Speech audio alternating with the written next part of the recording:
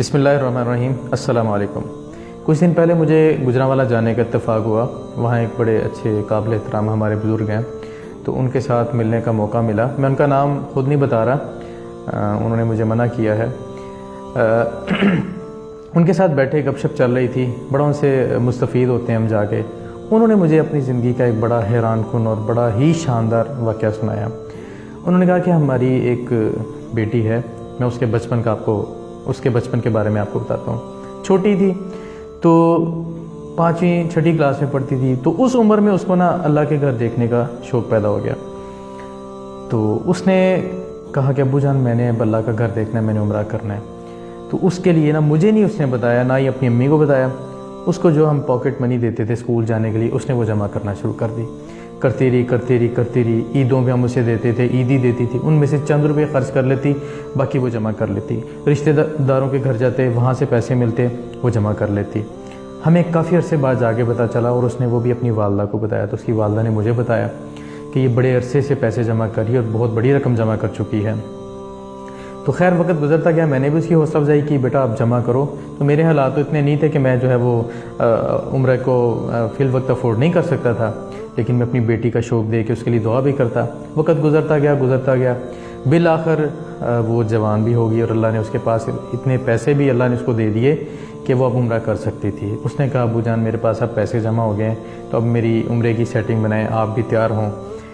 تو عین انہی دنوں میں یہ جنوبی پنجاب والی سائڈ پہ سیلاب آیا ہوا تھا۔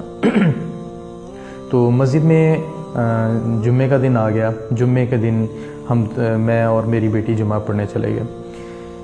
تو یہ خواتین والی سائڈ پہ تھی۔ جمعہ سنتے ہوئے جب انہوں نے بات کی کہ جی سیلاب آیا ہے اور وہاں کے لیے ان لوگوں کے لیے ہم امداد جمع کر رہے ہیں، اللہ نے اس کے دل کو بدل دیا۔ واپس آئی گھر، ابو جان میں وہ جو جتنے پیسے جمع کیے وہ سیلاب زدگان کو دینا چاہتی ہوں۔ تو میں ایک دم شاک رہ گیا کہ کتنے سال لگا کے اس نے پاکٹ منی جمع کی، اب یہ فوری کیسے یہ فیصلہ کر رہی ہے؟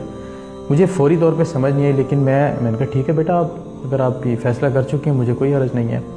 اس نے کہا نہیں ابو جان، یہ میں فیصلہ کر چکی ہیں، اللہ مجھے کروا دے گا۔ کہتے اس نے مجھے پیسے دیے، میں نے وہ جو سیلاب زدگان کے لیے جو کام کر رہے تھے لوگ، ان کو وہ پیسے دے دیے۔ ابھی کچھ دن ہی گزرے تھے، میرا ایک دوست جو بچپن کا دوست تھا، وہ بزرگ بتاتے ہیں کہ ابھی کچھ دن ہی گزرے تھے تو بچپن کا ایک جو میرا دوست تھا وہ آیا، اس نے کہا میں اپنے بیٹے کے لیے رشتہ تلاش کر رہا ہوں، تو آپ کی بیٹی بھی جوان ہو گئی ہے۔ تو میں نے کہا بالکل، میں بھی اس کے لیے رشتہ تلاش کر رہا ہوں۔ تو میں نے کہا آپ کا بیٹا جاب کہاں کرتا ہے؟ اس نے کہا وہ مکے کے اندر جاب کرتا ہے۔ تو کہتے ہیں ہم نے بات طے کی، سارے معاملہ دیکھے، رشتہ ہوا، ساری بات پکی ہوئی ہے اور شادی ہو گئی۔ آج میری بیٹی مکے کے اندر ہے، وہ جب دل چاہتا ہے وہ عمرہ کرتی ہے۔ مکے کے اندر ایک انتہائی نیک اور صالح خامت کے ساتھ اللہ نے صالح شوہر اس کو دے دیا ہے، اور جب دل چاہتا ہے وہ عمرہ کر کے واپس گھر آ جاتی ہے۔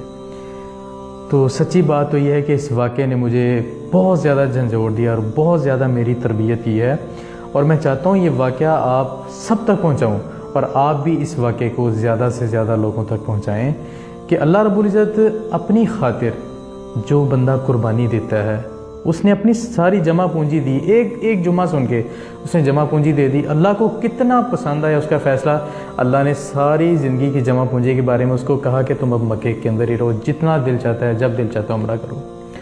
تو اگر ہم اللہ کی طرف سے برکتوں کا حصول چاہتے ہیں تو ہمیں بھی چاہیے کہ ہم اپنی جیب کو جو ہے وہ اللہ کے لیے وہ کھول کے رکھا کریں، غریبوں کے لیے، یتیموں کے لیے۔ تو اللہ سے دعا ہے کہ اللہ رب العزت یہ جو میں نے آپ کے سامنے بات رکھی، اس پہ ہمیں عمل کرنے کی بھی توفیق عطا فرمائے، سمجھنے کی توفیق عطا فرمائے۔ السلام علیکم ورحمۃ اللہ۔